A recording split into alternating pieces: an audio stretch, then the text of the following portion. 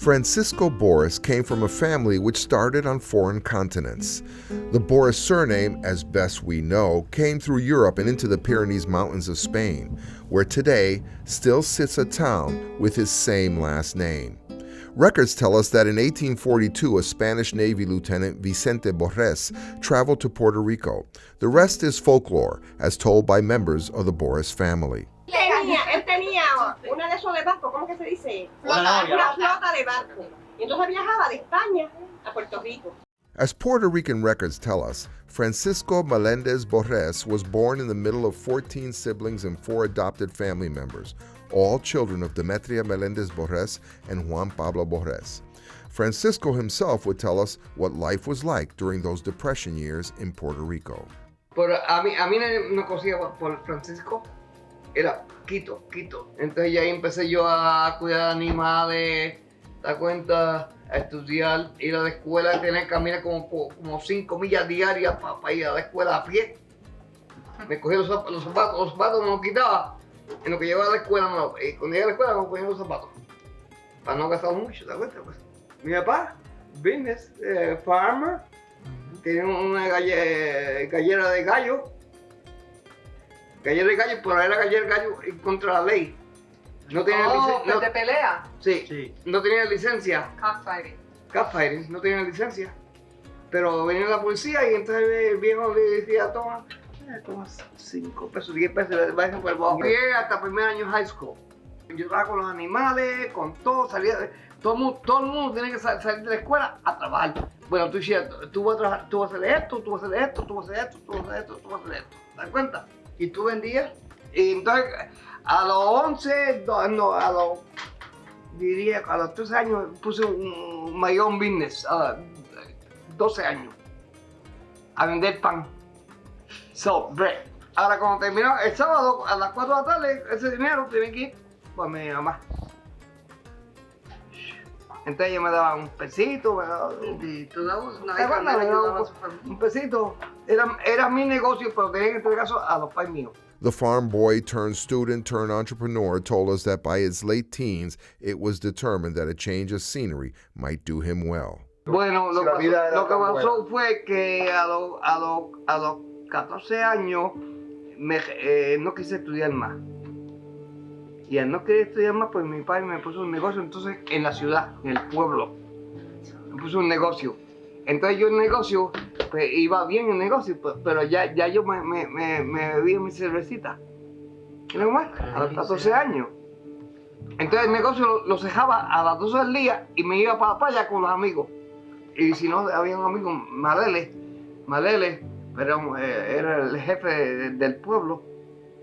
Y dije, no, pues él tiene un carrito, porque la mamá de Malele era maestra, pero Malele era malo. Es el tiempo. Usaba droga. Sí, 14 años, entonces me vine para acá. tu papá dijo, mira, vete de aquí. Ya. Porque ya la cosa está mala, está bebiendo. Yo estaba con él, y estaba con alguien que tiene que salir de ahí. Entonces entré en el negocio y me vine para acá. For Francisco, life in New York was much like other newcomers to the Big Apple. Y pegué a trabajar aquí a 65 chavos la hora. 65 cents an hour. ¿Dónde? En Times Square. Sí, ahí sabes que se trabajaba, yo pegué Times 70 Square, de New York. Dishwash. Buchanan Restaurant. Francisco, who befriended some fellow Puerto Ricans from La Familia Carreras, eventually found himself following them to a nearby city where jobs were aplenty, Bridgeport, Connecticut. Francisco took a job at Bridgeport Metal Goods and was smitten by a lovely widow, Guillermina Carreras, who was caring for 2 children, Luisito and Jose Antonio Lopez. Eventually, they would have a child they called Frankie. The newly married family lived on Albion Street, the New Bearsley Terrace, and then in what was bucolic Stratford, Connecticut. The Borises always had work, attended churches like Our Lady of Providence, and sent their children to Catholic schools.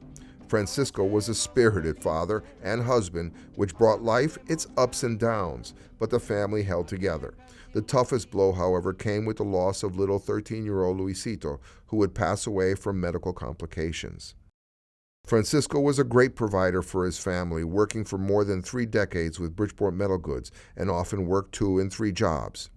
He and Guillermina even tried their hand at running a restaurant called Mom's Cooking on State Street in Bridgeport for a year. Francisco had been a softball player, baseball coach for his son, and adult softball coach.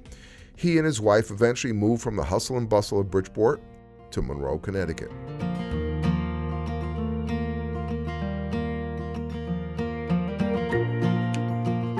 They enjoyed their vacations to Maine to visit their son Joey and a short retirement to Puerto Rico in the mid-1990s. His Monroe home was always open to family and friends, and the Christmas season was the best time of year in the Boris household.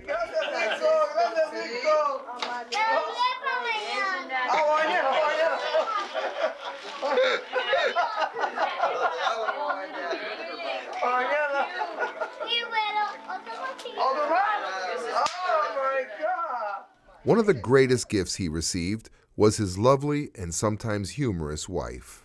Happy birthday, Mr. President. Happy birthday to you.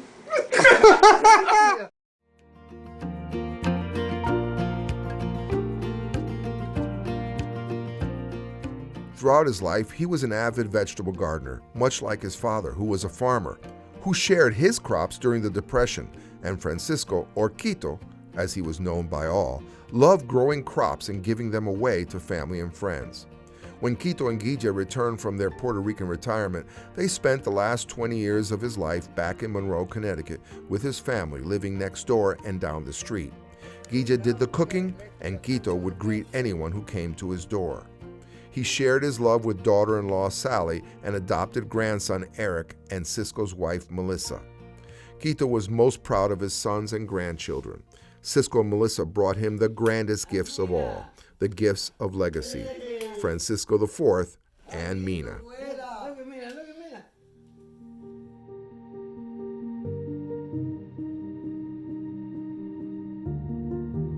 Francisco Boris may have spent a finite number of years here with us, but his legacy lives on. Just as he can trace his roots back to Spain and Puerto Rico, we all can look back at what he left us. It might be most evident through his grandson's love for gardening, as well as the love of being surrounded by family and friends, the way he spent his final days. Francisco Boris, who gave his life to Christ, lives on, as his granddaughter would tell us. He'll always be in your heart. And now he's guiding you.